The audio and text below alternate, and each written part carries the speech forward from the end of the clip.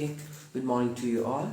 Yes, in the last class we have studied about how a DNA helix is made up of, or how the DNA helix is found out.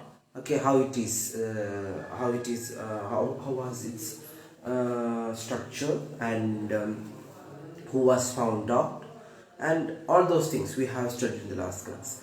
Today we are getting into the section that the search for genetic material. Okay, search for genetic material. Textbook page number 90. Sorry, 100. Okay, 100. Page number 100.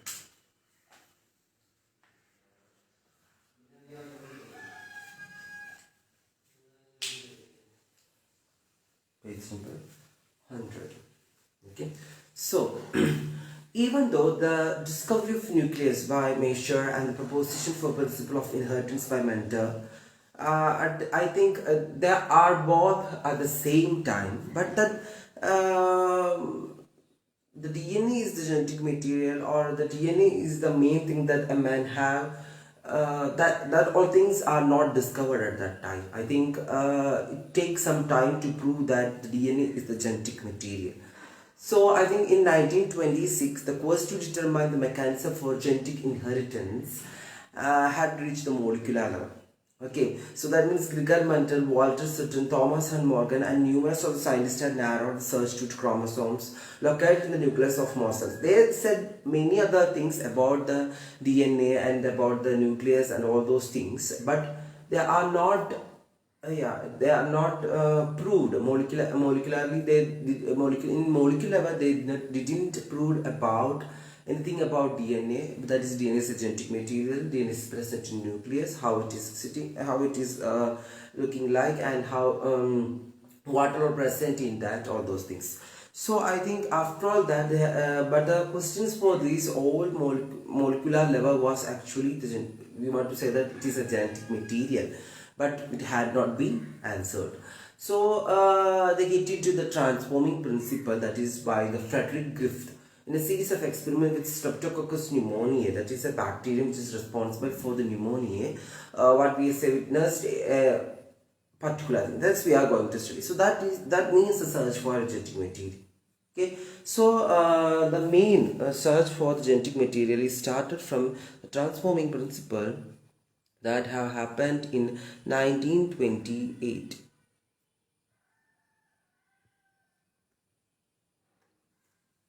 That happened in 1928.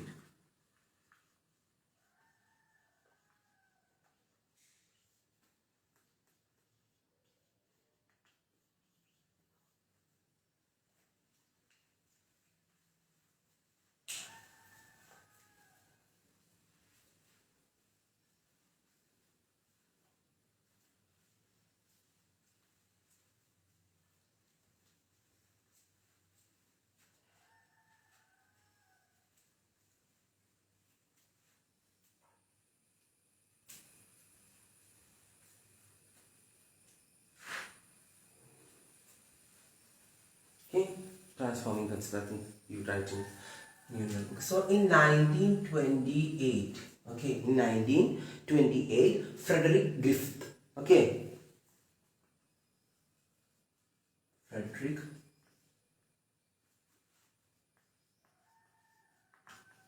Griffith, okay, in a series of experiments with strepto.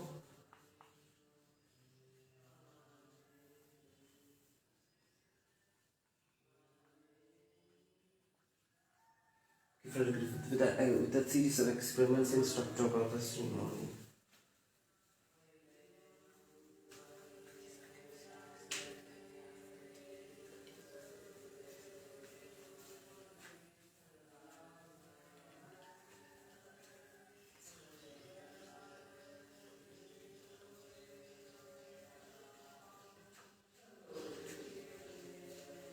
Okay, so in 1920, Frederick Griffith taken a series of experiments with Streptococcus pneumoniae. Streptococcus pneumoniae is an organism, is a bacteria which cause pneumonia. Pneumonia. Okay, which causes pneumonia. Okay, So he found out a miraculous, what we say, transformation in bacteria. He said a transformation in bacteria. What is this? What is this miraculous transformation that happened? Yes, yes. During the course of during the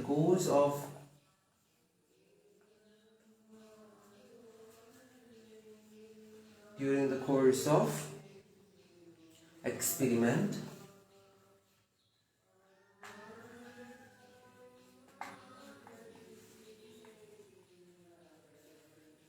Sorry, they changed their physical appearance. Okay, during the course of experiment, they changed their physical appearance. So, he witnessed a transformation in the bacteria during the course of experiment. That is a living organism. That means bacteria had changed their physical form. Okay, so he plated it on a culture media. Okay, he plated it on a culture media. Okay, culture media means the place where this organism, microorganisms were grown. Okay, so this Streptococcus pneumoniae,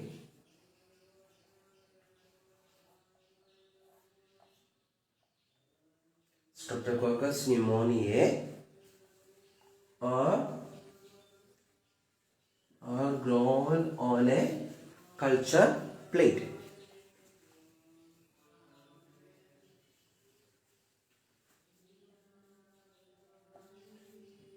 Culture plate. Okay, so some produces smooth, shiny colonies.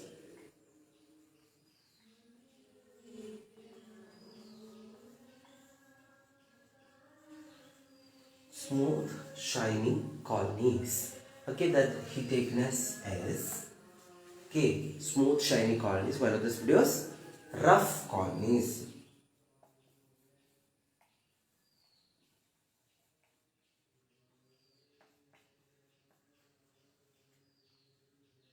Uh, Okay, so what he have done in 1928, Frederick Griffith in a series of experiments with Streptococcus pneumoniae, which is the bacterium which is responsible for the pneumonia, he see a transformation which happens in bacteria, which is a miraculous transformation.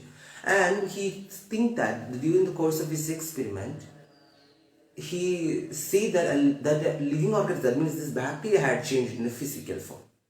When Streptococcus pneumoniae bacteria grown in a culture plate, some produces shiny colonies and while others produce rough colonies. Okay, you write that, and after all that we will say about why it become rough and why it becomes both colonies. Both, why this both changes happen in same organism. Okay. Yes.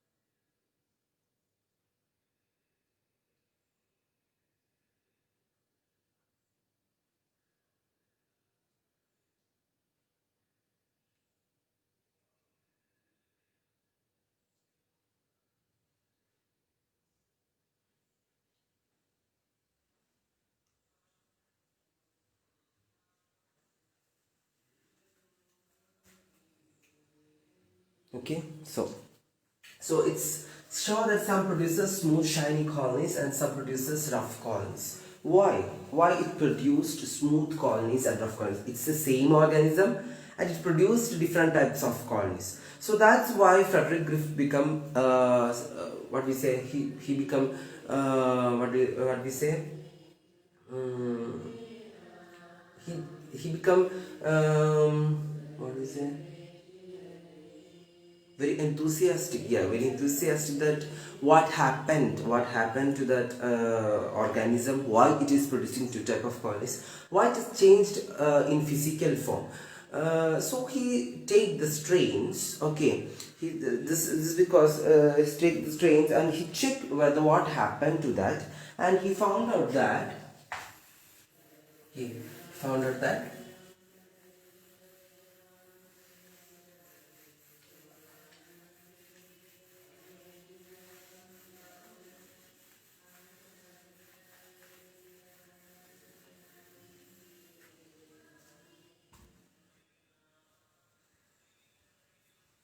Okay.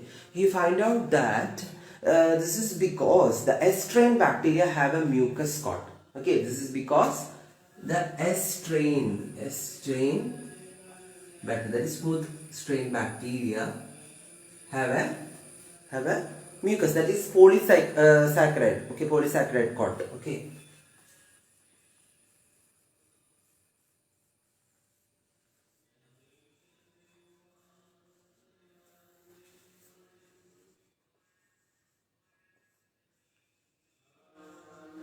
Okay, S strain bacteria have mucus, that is polysaccharide coat.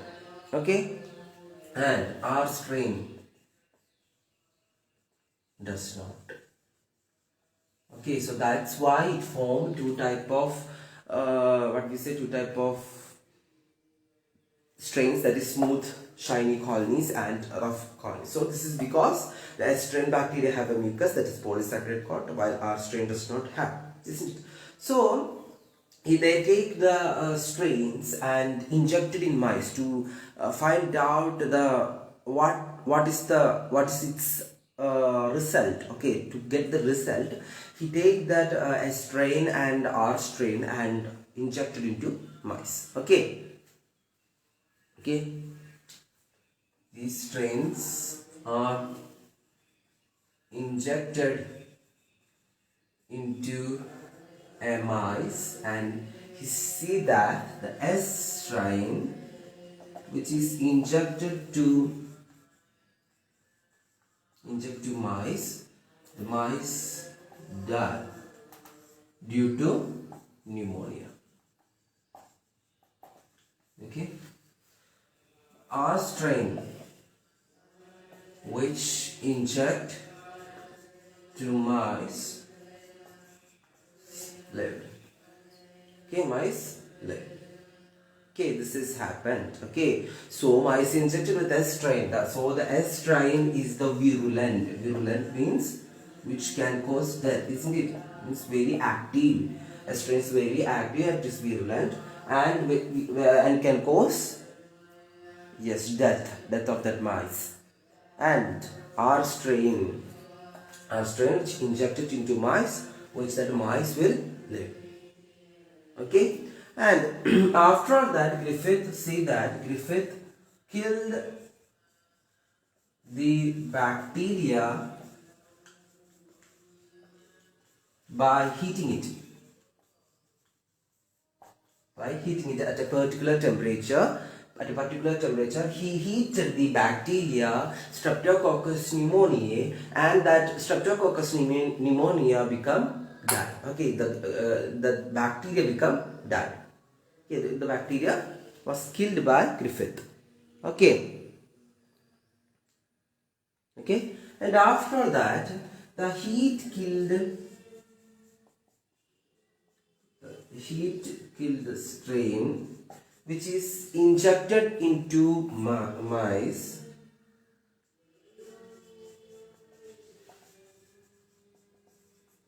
Mice live. Okay, mice live. Okay, mice live. And after that he take this heat killed strain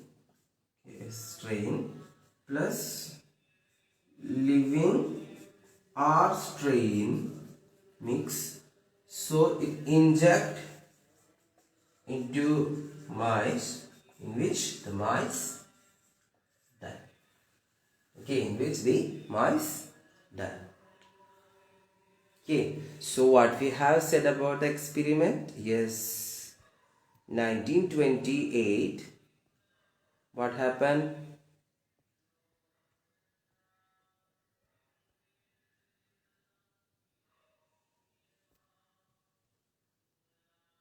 Yes, in 1928, Frederick Griffith, in a series of experiments with Streptococcus pneumoniae, this bacterium which is responsible for pneumonia, witnessed a miraculous transformation in the bacteria. So during the course of his experiment, a living organism had changed in physical form. And when Streptococcus pneumoniae bacteria are grown on a culture plate, some produce smooth colonies while others produce rough colonies. And this is because the S strain bacteria have a mucus, that is polysaccharide coat, while R strain does not. And mice infected with the S strain, that is purulent, die from pneumonia infection, but mice infected with R strain do not develop pneumonia. That means the S strain injected into mice is died due to pneumonia. Then R strain which is injected into mice, the mice become dead. And after that, Griffith killed the bacteria by the heating mechanism. He heated the S strain to kill the bacteria which is virulent. Okay, so the heat killed the strain bacteria injected into mice which did not kill them. Okay, so but what happened when he injected a mixture of heat killed S and live R bacteria, the mice died. So moreover, the recovered living S bacteria from the dead mice. Okay.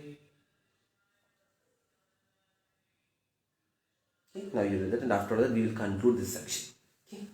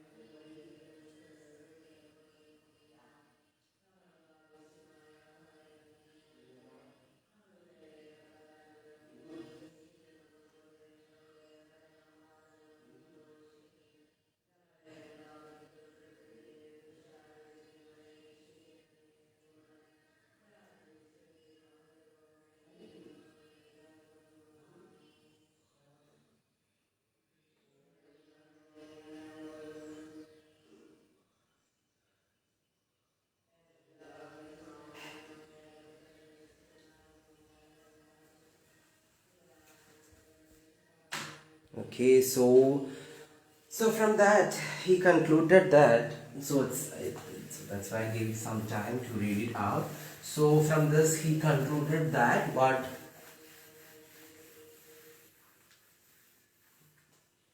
yes, from this he concluded that yes, R strain bacteria had somehow been transformed. Okay, R strain bacteria somehow been transformed. Okay, our strain become somehow transformed. Okay, had by heat killed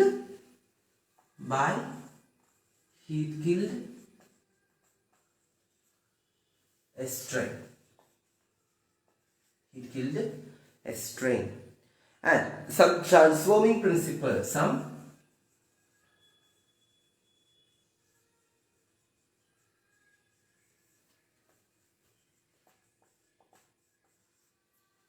transforming principle transferred from the heat killed a strain had enabled the R strain to synthesize a smooth polysaccharide called and become virulent. Okay, transfer principle transferred from, yes, transferred from a strain to R strain. Okay, R strain, yes, to synthesize the smooth polysaccharide